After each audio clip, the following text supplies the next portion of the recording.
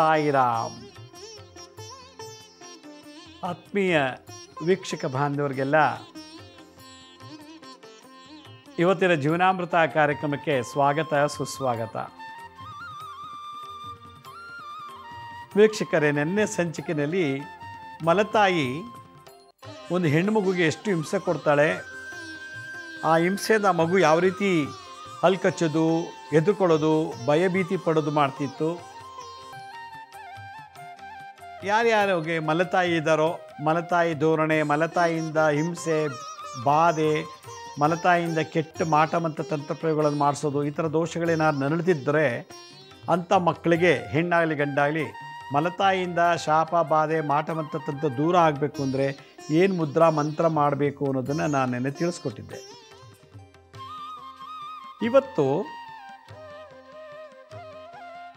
ಇನ್ನೊಂದು ಭಾಳ ವಿಚಿತ್ರವಾದಂಥ ಸಬ್ಜೆಕ್ಟ್ ಇದು ಎಲ್ಲರ ಮನೇಲಿ ಇಲ್ಲ, ಕೆಲವು ಕಡೆ ನಡೀತದೆ. ಇದು ಏನಪ್ಪ ಅಂತಂದರೆ, PUC ಓದ್ತಾ ಇದ್ದಾನೆ ಒಂದು ಹುಡುಗ, PUC ಓದ್ತಾ ಇದ್ದಾನೆ. ಅವನ ಹೆಸರಲ್ಲಿ ಒಂದು 3-4 ಕೋಟಿಯಷ್ಟು ಆಸ್ತಿ ಇದೆ. ಹೇಗೆ ಅಂತಂದರೆ, ಅವ್ರ ತಂದೆ ಸಾಯೋಕ್ಕೆ ಮುಂಚೆ ಮಗನ ಹೆಸರಲ್ಲಿ 1-2 ಎಕರೆ ಜಮೀನು, ದೇವನಹಳ್ಳಿ ಹತ್ರ 1-2 ಎಕರೆ ಜಮೀನಿದೆ. ಅದು 1 ಕೋಟಿಗಟ್ಟಲೆ ಬೆಲೆ ಬಾಳುತ್ತೆ. ಅದನ್ನು ಆ ಹುಡುಗನಿಗೆ ಬರೆದು ಬಿಟ್ಟಿದ್ದಾರೆ. ಅದು ಹೆಂಗೆ ಅಂತಂದರೆ, ವಿಲ್ಲಲ್ಲಿ ನನ್ನ ಮಗ ಮದುವೆ ಆದಮೇಲೆ ಆ ಆಸ್ತಿನ ಮಕ್ಕಳು ಸಮೇತ ಅನುಭವಿಸ್ಬೇಕು, ಅಂದರೆ ಮಗನಿಗೆ ಮಕ್ಕಳಾದ್ಮೇಲೆ ಅನುಭವಿಸ್ಬೇಕು ಅಂತ ಬಿಲ್ ಬರೆದು ಬಿಟ್ಟಿದ್ದಾನೆ. ಈ ಹುಡುಗನ ತಂದೆ ಹೆಂಗೆ ಸತ್ತ, ಆಕ್ಸಿಡೆಂಟಲ್ಲಿ ಸತ್ತೋಗ್ಬಿಟ್ಟಿದ್ದಾರೆ. ಈ ಹುಡುಗ ಆಗೇನು ಚಿಕ್ಕವನು ಅನಿಸುತ್ತೆ, ತಂದೆ ಸತ್ತೋಗಿದ್ದಾರೆ. ತಾಯಿ ಇನ್ನೂ ಚೆನ್ನಾಗಿದ್ಲು. ಈ ತಾಯಿ ಏನು ಮಾಡಿದಾಳೆ, ಇನ್ನೊಬ್ಬನ್ನ ಬೇರೆ ಕ್ಯಾಸ್ಟನ್ನು ಮದುವೆ ಮಾಡ್ಕೊಂಡಿದ್ದಾಳೆ ಗಂಡ ಸತ್ತ ಮೇಲೆ. ಇವಳಿಗೆ ಒಂದು ಗಂಡು ಮಗು ಇದೆ, ಒಂದು ಹೆಣ್ಣು ಮಗುನೂ ಇದೆ. ಒಂದು ಹೆಣ್ಣು ಗಂಡಿದ್ರು ಕೂಡ ಇನ್ನೊಂದು ಮದುವೆ ಮಾಡ್ಕೊಂಡಿದ್ದಾಳೆ ತಾಯಿ ಗಂಡ ಸತ್ತ ಮೇಲೆ. ಮಗನ ಹೆಸರಲ್ಲಿ 2 ಎಕರೆ 3 ಎಕರೆ ಒಳ್ಳೆ ಜಮೀನು, ಕೋಟಿಗಟ್ಟಲೆ ಆಗುವಷ್ಟು ವಿಲ್ ಬರೆದಿದ್ದಾರೆ ಅಪ್ಪ.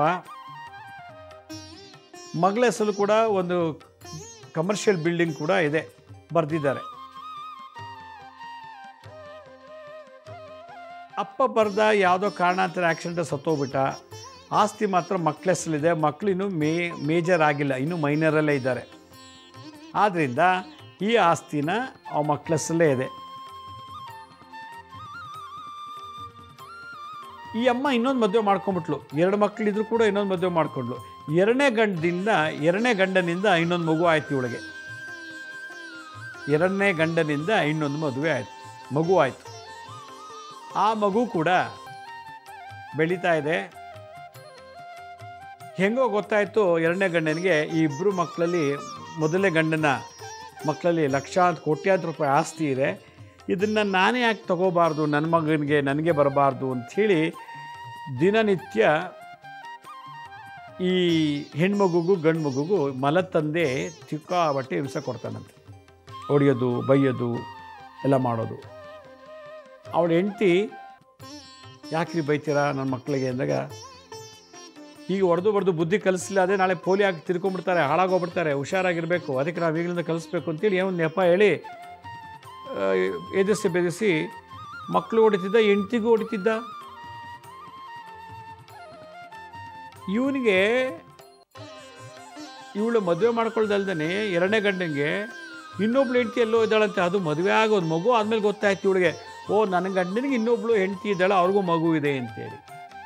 ಅವನೇನು ಮಾಡ್ಕೊಂಡಿದ್ದಾನೆ, ತನ್ನ ಅಕ್ಕನ ಮಗಳನ್ನ ಮದುವೆ ಮಾಡಿಕೊಂಡು ಅವಳಿಗೊಂದು ಹೆಣ್ಮಗು ಆಗಿದೆ. ಅಲ್ಲಿ ಇವಳು ಗಂಡು ಸತ್ತ ವಿಧವೆಯನ್ನು ಮದುವೆ ಮಾಡ್ಕೊಂಡಿದ್ದಾನೆ, ಇವಳಿಗೊಂದು ಗಂಡು ಮಗು ಆಗಿದೆ. ಅಲ್ಲಿ ಮೊದಲೇ ಹೆಂಡ್ತಿಗೆ ಒಂದು ಹೆಣ್ಮಗು, ಇಲ್ಲಿ ಗಂಡ ಸತ್ತೋಗ್ರೆ ವಿಧವೆಗೆ ಮದುವೆ ಮಾಡ್ಕೊಂಡು ಒಂದು ಗಂಡು ಮಗು. ಇದಲ್ದೇ ಮೊದಲನೇ ಗಂಡನಿಗೆ 2 ಒಂದು ಹೆಣ್ಣು ಒಂದು ಗಂಡು ಮಗು ಇದೆ. ಆಮೇಲೆ ಗೊತ್ತಾಯ್ತು ಇವಳಿಗೆ, ಓ ಎಂಥ ತಪ್ಪು ಮಾಡಿಬಿಟ್ಟೆ, ನಾನು ವಿಧವೆಯಾಗೇ ಇರಬೇಕಾಗಿತ್ತು, ನಾನ್ಯಾಕೆ ಮದುವೆ ಮಾಡಿಕೊಂಡೆ, ಈಗ ಇವನಿಗೆ ಇನ್ನೊಂದು ಹೆಂಡತಿ ಇದ್ದಾಳೆ, ಅದೆಲ್ಲೋ ಬೇರೆ ಕಡೆ ಇದ್ದಾಳೆ, ಆ ಮಗು ಕೂಡ ಬೆಳೀತಿದೆ. ಇವನ ಲೆಕ್ಕ ಏನು, ಈ ಇಬ್ಬರು ಮಕ್ಕಳಿಗೆ ಹೆಂಗೋ ಮಾಡಿ ಸಾಯಿಸಿಬಿಟ್ರೆ ಇಡೀ ಆಸ್ತಿ ಒಂದು ಹೆಣ್ಣು ಒಂದು ಗಂಡು ಮಗುಗೆ ಬರುತ್ತೆ ಅಂತೇಳಿ. ಇದು ಮಲತಂದೆ ಮಾಡ್ತಿರುವಂಥ ಒಂದು ವಿಚಿತ್ರವಾದಂಥ ಪ್ಲ್ಯಾನ್. ಈ ಅಮ್ಮ ಕದ್ದು ಮುಚ್ಚಿ ಏನಾದ್ರು ಮಕ್ಕಳಿಗೆ ಬಟ್ಟೆ ತಂದು ಕೊಡೋದು, ಒಂದು ಸಿಹಿ ತಿಂಡಿ ಮಾಡಿಕೊಡೋದು, ಏನಾದ್ರು ಗೊತ್ತಾಯಿತು ಗಂಡನಿಗೆ ಅಂದರೆ ಹೆಂಡತಿಗೆ ಹೊಡಿತಿದ್ದಂತೆ. ಯಾಕೆ ಮಾಡ್ತೀಯಂಗಲ್ಲ, ಸಾಕು ಇರೋ ಬಟ್ಟೆ ಹಾಕೊಂಡು ಓಡಾಡಲಿ, ಏನು ಅನ್ಕೋದು, ಏನು ಫೀಸ್ ಕಟ್ಟೋದು, ಏನು ಬಟ್ಟೆ, ಅವ್ನಿಗೆ ಯಾಕೆ ಟ್ರಿಪ್ ಕಳಿಸ್ಬೇಕು, ಅವ್ರಿಗೆ ಯಾಕೆ ಸ್ಕೂಲ್ಗೆ ಟ್ರಿಪ್ಪೆಲ್ಲ ಕಳಿಸ್ಬೇಕು, ಹಾಗೆ ಹೇಗೆ ಅಂತೀವಿ. ಆ ಮಕ್ಕಳಿಗೆ ಭಾಳ ಹಿಂಸೆ ಕೊಡ್ತಾ ಇದ್ದಾನೆ ಎರಡನೇ ತಂದೆ, ಮಲತಂದೆ. ಹೇಗಾದರೂ ಮಾಡಿ ಇವ್ರಿಬ್ರು ಸಾಯಿಸ್ಬಿಟ್ಟು ನಾನು ಆಸ್ತಿ ನಮ್ಮ ಮಕ್ಕಳಿಗೆ ಬರ್ಸ್ಕೋಬೇಕು ಅಂತೇಳಿ ಇವೊಂದು ಭಾಳ ಪ್ಲ್ಯಾನ್ ಮಾಡ್ತಾ ಇದ್ದಾನೆ. ಈ ವಿಧವಾ ಆಸ್ತಿ ಗೊತ್ತಾಯಿತು, ತಪ್ಪು ಮಾಡಿಬಿಟ್ಟೆ ನಾನು, ಎಂಥ ಕೆಲಸ ಮಾಡಿದೆ, ಸುಮ್ಮನೆ ಇದ್ರೆ ಚೆನ್ನಾಗಿರ್ತಿತ್ತು. ಈಗ ಇವನಿಂದ ಒಂದು ಮಗು ಬೇರೆ ಆಗೋಗ್ಬಿಟ್ಟಿದೆ ನನಗೆ, ಏನು ಮಾಡೋದು, ಈ ಮಗುನು ನನ್ನ ಮಗುನೇ, ಬಿಡೋಂಗಿಲ್ಲ ಅಂಥೇಳಿ ಇವಳು ತಾಯಿ ಆದವಳು 3 ಮಕ್ಕಳು ಸಮಾನವಾಗಿ ನೋಡ್ತಾ ಇದ್ದಾಳೆ. ಆದರೆ ಗಂಡ ಮಾತ್ರ, ಮೊದಲನೇ ಗಂಡನ 2 ಮಕ್ಕಳು ಮಾತ್ರ ತುಂಬ ಹಿಂಸೆ ಕೊಡ್ತಾ ಇದ್ದಾನೆ. ತಾಯಿ ಆದವಳು ಒಂದು ಯೋಚನೆ ಮಾಡಿದ್ಲು, ಇವಳ ಮಕ್ಕಳನ್ನ ಎಲ್ಲರೂ ಒಂದು ಕಡೆ ಹಾಸ್ಟ್ಲಿಗೆ ಬಿಟ್ಬಿಡೋಣ, ನನ್ನ ಗಂಡ ಮುಂದೆ ಇರೋದು ಬೇಡ ಅಂಥೇಳಿ ರಾಮಕೃಷ್ಣ ಆಶ್ರಮ ಮೈಸೂರಿಗೆ ಹೋಗಿ ಸೇರಿಸ್ಬೇಕು ಮಗಳನ್ನ ಯಾವುದಾದ್ರು ಒಂದು ಸ್ಕೂಲಿಗೆ ಒಳ್ಳೆ ಬೋರ್ಡಿಂಗ್ ಹಾಕ್ಬಿಡ್ಬೇಕು ಅಂತೇಳಿ ಪ್ಲ್ಯಾನ್ ಮಾಡಿ, ಯಾರ್ಯಾರು ವಿಚಾರ ಮಾಡಿ ತನಿಖೆ ಎಂಕ್ವೈರಿ ಮಾಡಿ ಎಲ್ಲಿ ಚೆನ್ನಾಗಿದೆ ಸ್ಕೂಲು ಹಾಸ್ಟೆಲೆಲ್ಲ ಅಂಥೇಳಿ ಮಾಡೋಕ್ಕೆ ಟ್ರೈ ಮಾಡ್ತಿದ್ದಾಳೆ. ಅವಳಿಗೆ ಪರ್ ಮಂತ್ ಅವಳಿಗೆ 2 ಲಕ್ಷ ರೂಪಾಯಿ ಬಾಡಿಗೆ ಬರ್ತದೆ ತಾಯಿಗೆ. ಈ ಮಕ್ಕಳನ್ನ ಸೇರಿಸ್ಬೇಕು ಅಂತೇಳಿ ಹೆಂಗೋ ಗೊತ್ತಾಯಿತು, ಇವಳು ಏನೋ ಪ್ಲ್ಯಾನ್ ಮಾಡ್ತಿದ್ದಾರೆ ಹೊರಗಡೆ ಹಾಸ್ಟೆಲ್ ಸೇರ್ಸೋಕ್ಕೆ ಅಂತೇಳಿ. ಅವನಿಗೆ ಆ ಮಕ್ಕಳಿಗೆ ಮಲತಂದು ನಿಧಾನಕ್ಕೆ ಸ್ಲೋ ಪಾಯ್ಸನ್ ಆಗ್ತಾಯಿದೆ ನೋಡಿ, ಇಬ್ಬರು ಸತ್ತೋಗ್ಲಿ ಅಂತೇಳಿ ಸ್ಲೋ ಪಾಯ್ಸನ್. ಸ್ವಲ್ಪನೇ ವಿಷ ಹಾಕ್ಕೊಡ್ತಾನಂತೆ ತಿನ್ನೋ ಪದಾರ್ಥದಲ್ಲಿ. ಇದನ್ನು ತಾನೇ ಕಣ್ಣಾರೆ ನೋಡಿಬಿಡ್ತಾಳೆ, ನನ್ನ ಮಕ್ಕಳಿಗೆ ನನ್ನ ಗಂಡನೇ ವಿಷ ಆಗ್ತಾ ಇದ್ದಾನಲ್ಲ ಅಂಥೇಳಿ ಎದುರ್ಕೊಂಡು ಅವಳಿಗೆ ಮಕ್ಕಳ ದೂರ ಇಡಬೇಕು, ಇವಳು ಗೊತ್ತಿಲ್ಲದಂಗೆ ಅಂಥೇಳಿ ಪ್ಲ್ಯಾನ್ ಮಾಡ್ತಿದ್ದಾಳೆ. ಹಾಗಾದರೆ ಮಲತಂದೆ ಹಿಂಸೆ ಧೋರಣೆ ಆಸ್ತಿ ವಿಚಾರದಲ್ಲಿ ಮಕ್ಕಳನ್ನು ಸಾಯಿಸಬೇಕಾ ಬೇಡವಾ, ಅಕಸ್ಮಾತ್ ಬದುಕಿದ್ರೆ ಅವ್ರಿಗೆ ಯಾವ ರೀತಿ ತೊಂದರೆ ಕೊಡಬೇಕು, ಸತ್ತೋದ್ರೆ ಅವನು ಹೆಂಗೆ ಆಸ್ತಿ ತೊಗೋಬೇಕು ಅನ್ನೋ ವಿಚಾರನೆಲ್ಲ ಲಾಯರ್ ಮುಖಾಂತರ ಎಲ್ಲ ವಿಚಾರ ಮಾಡಿ ಭಾಳ ಪ್ಲ್ಯಾನ್ ಮಾಡ್ಕೊಂಡ್ಬಿಟ್ಟಿದ್ದಾನೆ. ಈ ಮೊದಲನೇ ಗಂಡನ ಮಕ್ಕಳಿಗೆ ಕಂಡ್ರೆ ಇವನಿಗೆ ಮೈಯೆಲ್ಲ ಉರಿತಾ ಇದೆ. ನೋಡೋ ನೋಟಕ್ಕೆ ಹೊರಗಡೆ ಪ್ರಪಂಚಕ್ಕೆ ನನ್ನ ಮಗ ನನ್ನ ಮಗಳು ಅಂತಾನೆ, ಆದರೆ ಊಟದಲ್ಲಿ ಜ್ಯೂಸಲ್ಲಿ ರೆಡಿಮೇಡ್ ಜ್ಯೂಸು ಹೊರಗಡೆಯಿಂದ ನಾನು ಅಂಗಡಿನ ತೊಗೊಂಬಂತೇಳಿ ಆ ಜ್ಯೂಸಲ್ಲಿ ವಿಷ ಹಾಕಿರ್ತಾನೆ ನೋಡಿ, ಬಾಟ್ಲ್ ಓಪನ್ ಮಾಡಿ ಹಾಕ್ಬಿಟ್ಟು ಹಂಗೆ ಸೀಲ್ ಮಾಡೋದು, ಮಾಡಿ ಕುಡೀರೋ ಅಂಥೇಳಿ ಆ ಹುಡುಗಿಗೂ ಕೊಡೋದು. ಹೀಗೆ ನಿಧಾನಕ್ಕೆ ಸ್ಲೋ ಪಾಯ್ಸನ್ಸ್ ಆಗ್ತದೋ, ಮಕ್ಕಳಿಗೆ ಅಡ್ಮಿಟ್ ಆಗೋದು, ವಾಂತಿ ಭೇದಿ ಆಗೋದು, ಇದೆಲ್ಲ ಆಗ್ತಿತ್ತು. ಆಮೇಲೆ ಬ್ಲಡ್ ರಿಪೋರ್ಟಲ್ಲಿ ನೋಡಿದಾಗ ಪಾಯ್ಸನ್ ಮಿಕ್ಸ್ ಆಗಿದೆ ಅಂತಂದು, ಯಾವುದಲ್ಲಿ ಪಾಯ್ಸನ್ ಮಿಕ್ಸ್ ಆಗಿದೆ ಅಂತ ಗೊತ್ತಾಗೋಕ್ಕೆ ಆಗಲೇ ಅದು ಟೈಮ್ ಪಾಸ್ ಆಗಿಬಿಟ್ಟಿರ್ತದೆ. ಬ್ಲಡ್ ರಿಪೋರ್ಟಲ್ಲಿ ಪಾಯ್ಸನ್ ಮಿಕ್ಸ್ ಆಗಿದೆ ಅಂತ ಗೊತ್ತಾದ ತಕ್ಷಣ ಶಾಕ್ ಯಮ್ಮನಿಗೆ, ನನ್ನ ಮಕ್ಕಳಿಗೆ ಯಾರು ವಿಷ ಆಗ್ತಾ ಇದ್ದಾರೆ. ಕೊನೆಗೆ ಗೊತ್ತಾಯಿತು ನನ್ನ ಗಂಡನೇ ವಿಷ ಆಗ್ತಾ ಇದ್ದಾನೆ, ಎರಡನೇ ಗಂಡ. ಅವಳು ತಲೆ ಚಚ್ಕೋತಾಳೆ, ನಾನು ಯಾಕಾದ್ರೂ ಮದುವೆ ಆದ್ನಪ್ಪ ಇವನ್ನ, ನಾನು ಹಾಗೆ ಇದ್ರೆ ಚೆನ್ನಾಗಿರ್ತಿತ್ತಲ್ಲ ಅಂಥೇಳಿ. ಈಗ ಬಿಡಿಸ್ಕೊಳಂಗಿಲ್ಲ, ಮಾಡೋಂಗಿಲ್ಲ, ಏನು ಮಾಡೋದು, ಇವನು ಕೊಲ್ಲಕ್ಕಾಗಲ್ಲ, ಮಕ್ಕಳನ್ನು ಕೊಲ್ಲಕ್ಕಾಗಲ್ಲ. ಹಾಗೇನಾದರೆ ಜೈಲ್ಗೆ ಹೋಗ್ಬಿಡ್ತಾಳೆ. ಏನೆಲ್ಲ ಯೋಚನೆ ಮಾಡಿ ಕೊನೆಗೆ ಅವ್ರೇನು ಮಾಡಿದ್ದಾರೆ, ಒಂದು ಊಟಿನಲ್ಲಿ ಒಂದು ಸ್ಕೂಲ್ ಇದೆ, ಅಲ್ಲಿಗೆ ಅಡ್ಮಿಟ್ ಮಾಡಿಬಿಡಿ ಅಂತ ಯಾರು ಹೇಳಿದಂತೆ ಅವ್ರ ಸಂಬಂಧಿಕರು. ಅವ್ರಿಗೆ ಗೊತ್ತಿಲ್ದಂಗೆ ಊಟಿಗೆ ಕರ್ಕೊಂಡೋಗಿ ಅಡ್ಮಿಷನ್ ಮಾಡಿದ್ದಾರೆ ಇಬ್ಬರು ಮಕ್ಕಳನ್ನು ಊಟಿನಲ್ಲಿ ಅಡ್ಮಿಟ್ ಮಾಡಿದ್ಮೇಲೆ ಗಂಡ ಕೇಳ್ತಾನೆ, ಎಲ್ಲೋದ್ರು ನಿಮ್ಮಿಬ್ಬರು ಮಕ್ಕಳು ಅಂತ ಕೇಳಿದಾಗ, ಇಬ್ಬರು ಮನೆ ಬಿಟ್ಟು ಹೊಟ್ಟೋಗಿದ್ದಾರೆ ಅಂತ ಅಂದ್ಲಂತೆ. ಮನೆ ಬಿಟ್ಟು ಹೊಟ್ಟೋದ್ರಾ? ನಾನು ಎಲ್ಲ ಥರ ಹೇಳಿ ಅಲ್ಲಿ ಫೋನ್ ಮಾಡಿ ಕೇಳಿದೆ, ಫ್ರೆಂಡ್ಸ್ ಫೋನ್ ಮಾಡಿ ಕೇಳಿದೆ, ಸ್ಕೂಲಿಗೆ ಫೋನ್ ಮಾಡಿ ಕೇಳಿದೆ, ಇಬ್ಬರು ಮಕ್ಕಳು ತಪ್ಪಿಸ್ಕೊಂಡ್ಬಿಟ್ಟಿದ್ದಾರೆ, ಈಗ ಎಲ್ಲೊಟ್ಟೋದ್ರೂ ಗೊತ್ತಿಲ್ಲ, ಏನೂ ಹೇಳಿಲ್ಲ ಅಂಥೇಳಿ ಹೆಂಡತಿ ಡ್ರಾಮಾ ಮಾಡಿದ್ಲಂತೆ. ಹೌದೇನೋ ಅಂದ್ಕೊಂಡು ಸುಮ್ಮನಿದ್ದ, ಒಳ್ಳೇದಾಯ್ತು ಬಿಡು ಎಲ್ಲೋ ಹೊಟ್ಟೋದ್ರಲ್ಲ ಅಂಥೇಳಿ. ಆದರೆ ಎಲ್ಲೋ ಅನುಮಾನ, ಇವಳೇ ಎಲ್ಲರೂ ಬಚ್ಚಿಟ್ಟಿದ್ದಾಳ, ಇವಳೇ ಎಲ್ಲ ಕಳಿಸ್ಬಿಟ್ಲ ನೆಂಟರ ಮನೆಗೆ, ಅದು ಬೇರೆ ಎಲ್ಲ ಇದು ಮಾಡಿಬಿಟ್ಟಿದ್ದಾಳ ಅಂತ ಅನುಮಾನ. ಹೆಂಡತಿ ಫೋನ್ ಚೆಕ್ ಮಾಡೋದು, ಮಾತಾಡುವಾಗೆಲ್ಲ ಗಮನ ಇಟ್ಟು ಕೇಳೋದು ಎಲ್ಲ ಮಾಡ್ತಿದ್ದಂತೆ. ಕೊನೆಗೆ ಆ ಅಮ್ಮ ನನ್ನ ಹತ್ರ ಬಂದು ಕೇಳ್ತಾರೆ, ನನ್ನ ಮಗನಿಗೂ ನನ್ನ ಮಗಳಿಗೂ ಸೆಕ್ಯೂರಿಟಿ ಬೇಕು, ನನ್ನ ಗಂಡನೇ ಶತ್ರು ನನ್ನ ಮಕ್ಕಳಿಗೆ, ನಾನು ತಪ್ಪು ಮಾಡಿ ಎರಡನೇ ಮದುವೆ ಮಾಡ್ಕೊಂಬಿಟ್ಟೆ, ನನ್ನ ಗಂಡ ಈಗಾಗಲೇ ನನಗಿಂತ ಮುಂಚೆ ಒಂದು ಮದುವೆ ಆಗಿದ್ದಂತೆ ಅವ್ರ ಅಕ್ಕನ ಮಗಳನ್ನೇ, ಅಲ್ಲೊಂದು ಹೆಣ್ಮಗು ಇದೆ, ನನ್ನೂ ಮದುವೆ ಮಾಡ್ಕೊಂಡು ಒಂದು ಮಗು ಇದೆ. ಈಗ ನನಗೆ 2 ಗಂಡು 1 ಹೆಣ್ಣು. ಮೊದಲನೇ ಗಂಡಂದು 1 ಹೆಣ್ಣು 1 ಗಂಡು, ಎರಡನೇ ಗಂಡಂದು 1 ಗಂಡು ಮಗು. ಈಗೇನು ಮಾಡಲಿ ನಾನು? ನನ್ನ ಮಕ್ಕಳಿಗೆ ಭಾಳ ಬೇಕು, ಸೆಕ್ಯೂರಿಟಿ ಬೇಕು. ಈ 2ನೇ ಗಂಡ ಮತ್ತು 2ನೇ ಗಂಡನ ತಾಯಿ ಇಬ್ಬರು ಸೇರಿಕೊಂಡು ಈ ಇಬ್ಬರು ಮಕ್ಕಳಿಗೆ ಮತ್ತು ಇವಳಿಗೂ ಮಾಟ ಮಂತ್ರ ಮಾಡ್ತಿದ್ದಾನೆ ನೋಡಿ. ಹೆಂಡ್ತಿಗೂ ಮಾಟ, ಮೊದಲನೇ ಗಂಡನ ಇಬ್ಬರು ಮಕ್ಳಿಗೂ ಮಾಟ ಮಂತ್ರ ಮಾಡಿ ಇವಳನ್ನ ಹುಚ್ಚಿಯಾಗಿ ಮಾಡಿಬಿಡೋದು, ಇಲ್ಲ ಅವಳಿಗೆ ಏನೋ ಅಂತ ದಡ್ಡಿ ಥರ ಮಾಡಿ ಕೂರಿಸ್ಬಿಡೋದು, ಇಲ್ಲ ಏನೋ ಒಂದು ಮಾಡಿ ಆಸ್ತಿನ ಬರೆಸ್ಕೊಂಡು ಇವಳನ್ನ ಬಿಟ್ಬಿಟ್ಟು ಬರೋದು. ಈಗ ಅವ್ರು ವಾಸ ಮಾಡ್ತಿರೋ ಮನೆ ಇಲ್ಲಾಂದ್ರೆ ಒಂದು 2 ಕೋಟಿ ರೂಪಾಯಿ ಆದಮೇಲೆ ಆಗತ್ತಂತೆ ನೋಡಿ. ಅಷ್ಟು ಚೆನ್ನಾಗಿ ಕಟ್ಟಿದ್ದಾನೆ ಮೊದಲನೇ ಗಂಡ ಅಷ್ಟು ಚೆನ್ನಾಗಿ ಮನೆ ಕಟ್ಟಿ ಮಕ್ಕಳಿಗೆಲ್ಲ ಆಸ್ತಿ ಮಾಡಿ ಹೆಂಡ್ತಿಗೂ ಮಾಡಿ ಎಲ್ಲ ಮಾಡಿ ಹೋಗಿದ್ದಾನೆ. ಆಕ್ಸಿಡೆಂಟಲ್ಲಿ ತೀರ್ಕೊಂಬಿಟ್ಟ. ಅದೇನು ಕರ್ಮ ಇತ್ತೋ ಏನೋ. ಇವಳು ಇನ್ನೂ ಚಿಕ್ಕ ಮಕ್ಕಳಲ್ಲ, ನಂಗೊಬ್ಬ ಗಂಡಸನ ಸಪೋರ್ಟ್ ಬೇಕು ಇಷ್ಟು ಆಸ್ತಿ ನೋಡ್ಕೊಳ್ಳೋಕ್ಕೆ ಅಂಥೇಳಿ 2ನೇ ಮದುವೆ ಮಾಡ್ಕೊಂಬಿಟ್ಟೆ. ತಪ್ಪಾಯಿತು ನಾನು ಮಾಡಿದ್ದು. ನಮ್ಮಲ್ಲಿ ನಮ್ಮ ಚಿಕ್ಕಮ್ಮ, ದೊಡ್ಡಮ್ಮ, ಅಣ್ಣ, ತಮ್ಮ ಎಲ್ಲರೂ ಹೇಳಿದ್ರು ಮಾಡ್ಕೋಬೇಡ ಮದುವೆ, ನೀನು ನಾವೆಲ್ಲ ನಿಂಗೆ ಸಪೋರ್ಟ್ ಕೊಡ್ತೀವಿ ಅಂತ ಕೇಳ್ದೇ ನಾನು ಇವ್ನು ಮದುವೆ ಮಾಡ್ಕೊಂಬಿಟ್ಟೆ.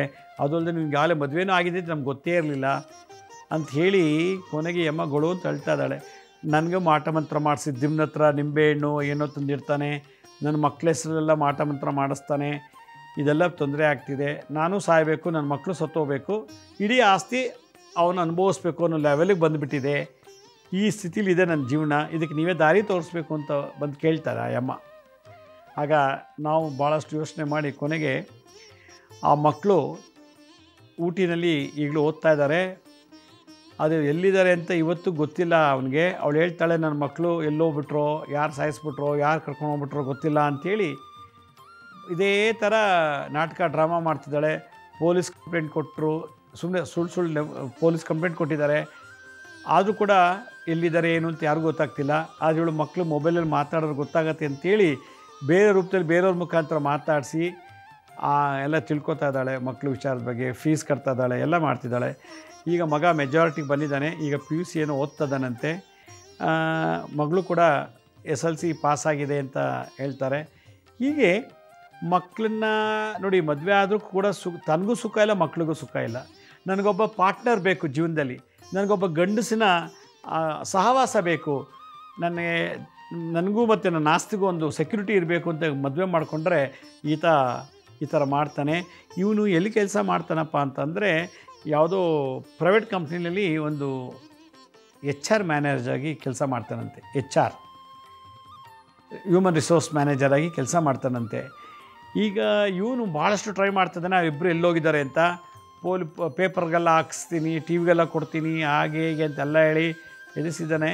ಆದರೂ ಕೂಡ ಅವಳು ಅದೇನೋ ಗೊತ್ತಿಲ್ಲ, ನೀವೇನು ಕೊಡೋಕ್ಕೋಗ್ಬಿಡಿ, ಮರ್ಯಾದೆ ಪ್ರಶ್ನೆ ಬರ್ತಾರೆ, ಎಲ್ಲೋಗಿದ್ದಾರೋ ಏನೋ ಅಂಥೇಳಿ ಏನೋ ಗಂಡನಿಗೆ ಬ್ರೈನ್ ವಾಶ್ ಮಾಡಿ, ನೀವೇನಾದ್ರು TV ಪೇಪರ್ ಕೊಟ್ಟರೆ ನಾನು ನಿಮ್ಮ ಹೆಸರು ಡೆತ್ ನೋಟ್ ಬರ್ಸಿ ಸತ್ತೋಗ್ಬಿಡ್ತೀನಿ, ನೇಣಾಕೊಂಬಿಟ್ಟು ಸತ್ತೋಗ್ಬಿಡ್ತೀನಿ, ನಿಮ್ಮೇಲೆ ಕಂಪ್ಲೇಂಟ್ ಕೊಡ್ತೀನಿ ಅಂತ ಎದುರಿಸಿ ತಂದಿಟ್ಟಿದ್ದೀನಿ. ಈಗ ನನ್ನ ಮನೆಗೂ ಅವ್ನು ಬರ್ತಾಯಿಲ್ಲ ಹೆಚ್ಚಿಗೆ.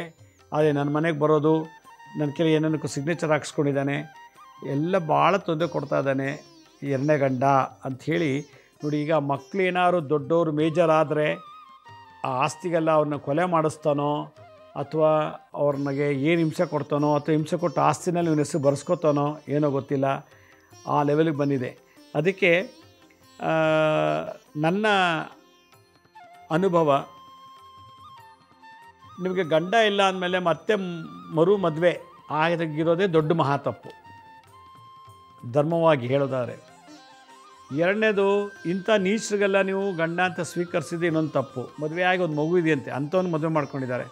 3ನೇದು, ಈ ಆಸ್ತಿ ಇದ್ದಷ್ಟು ನಮಗೆ ಬಹಳ ದುಃಖ, ಬಹಳ ಭಯ, ಭೀತಿ.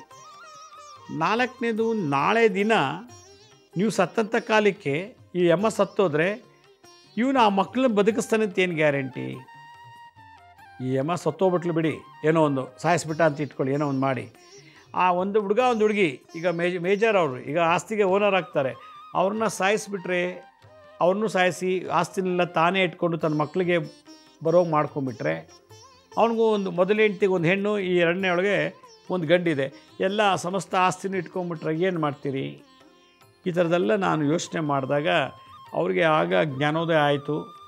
ಈಗ ನೀವಿರೋವ್ರಿಗೇನೋ ಮಕ್ಕಳಿಗೆ ಒಂದು ಸಪೋರ್ಟು, ಆಮೇಲೆ ಈಗ ಅವ್ನಿಗೆ ಇವತ್ತೆಲ್ಲ ನಾಳೆ ಮಕ್ಕಳಿದ್ದಾರೆ, ಬೇರೆ ಕಡೆ ಓದ್ತಾ ಇದ್ದಾರೆ ಅಂತ ಗೊತ್ತೇ ಅಂತ ಇಟ್ಕೊಳ್ಳಿ. ಗೊತ್ತಾದ್ಮೇಲೆ ನಿಮ್ಮ ಸುಮ್ಮನೆ ಬಿಡ್ತಾನ? ಇಷ್ಟು ದಿವಸ ನೀನೇ ಅವಳು ಹೊರಗಡೆ ಕಳಿಸಿ ಓದಿಸಿದ್ಯಾ, ನನ್ನ ಮೋಸ ಮಾಡಿದೆ, ನನಗೆ ದ್ರೋಹ ಮಾಡಿದೆ ಅಂತೇಳಿ ಹಿಡಿದು ಬಡ್ದು ಹೊಡೆದು ಸಾಯಿಸ್ಬಿಟ್ರೆ ಏನು ಮಾಡೋದು? ಅದರಿಂದ ಈಗ ಅವನಿಂದ ಬಿಡುಗಡೆ ಆಗೋದು ಒಳ್ಳೆಯದು. ಬಿಡುಗಡೆ ಆಗೋದು ಒಳ್ಳೆಯದು. ಬೇಕಾದ್ರೆ ಆ ಮಗು ನೀವೇ ಇಟ್ಕೊಳ್ಳಿಲ್ಲ, ಅವನಿಗೆ ಕೊಟ್ಬಿಡಿ. ನಿಮಗೆ ಬಿಡುಗಡೆ ಆದರೆ ಅವನಿಗೆ ಅಧಿಕಾರ ಇರೋದಿಲ್ಲ, ಯಾವುದ್ರ ಆಸ್ತಿ ಮೇಲೆ ಆಗಲಿ ಯಾರ ಮೇಲೆ ಅಧಿಕಾರ ಇರೋದಿಲ್ಲ. ಬಿಡುಗಡೆ ಆಗಿಲ್ಲ, ಡೈವರ್ಸ್ ಆಗಿಲ್ಲ ಅಂದರೆ ನಿಮಗೆ ಅವನ ಸಮಸ್ತ ಆಸ್ತಿಗೂ ಅಧಿಪತಿ ಆಗ್ತಾನೆ. ಮೊದಲನೇ ಗಂಡನ ಸ್ಥಾನ ಇವನೇ ತುಂಬಿಡ್ತಾನೆ. ಯಾರಿಗೆ ಮಲತಂದೆಯಿಂದ ಹಿಂಸೆ, ಮಾನಸಿಕವಾಗಿ ದೈಹಿಕವಾಗಿ ಮಲತಂದೆ ಮಕ್ಕಳಿಗೆ ಹಿಂಸೆ ಕೊಡ್ತಿದ್ರೆ ಅಂಥ ಮಕ್ಕಳು ಇವತ್ತು ನಾ ತೋರಿಸುವಂಥ ಮುದ್ರೆ ಮಂತ್ರವನ್ನು ಮಾಡಿದ್ದೆ ಆದರೆ ಮಲತಂದೆಯಿಂದ ಬರುವಂಥ ಎಲ್ಲ ಭಯ, ಭೀತಿ ಮತ್ತು ಬೆದರಿಕೆ, ಪ್ರಾಣಕ್ಕೆ ಭಯ, ಯಾವುದೇ ರೀತಿ ಹಿಂಸೆ ಆದರೂ ಕೂಡ ಅದರಿಂದ ಮುಕ್ತರಾಗ್ಬೋದು ಅಂಥೇಳಿ ಒಂದು ವಿಶೇಷವಾದ ಮಂತ್ರ ಮತ್ತು ಮುದ್ರಾ ಇದೆ. ಏನು ಮಾಡಬೇಕಪ್ಪ ಅಂತಂದರೆ ನಮ್ಮ ಎಲ್ಲ ಬೆರಳು ಚೆನ್ನಾಗಿ ಅರಳಿಸ್ಬೇಕು. ಅಗಲಿಸಿ ಒಂದಕ್ಕೊಂದು ಲಾಕ್ ಮಾಡಿ ಈ ಎಡಗೈ ಹೆಬ್ಬೆಟ್ಟು ಇದೆಯಲ್ಲ, ಎಡಗೈ ಇದು ಹೆಬ್ಬೆಟ್ಟು ಸ್ಟ್ರೈಟಲ್ಲಿ ನಿಲ್ಲಿಸಿ.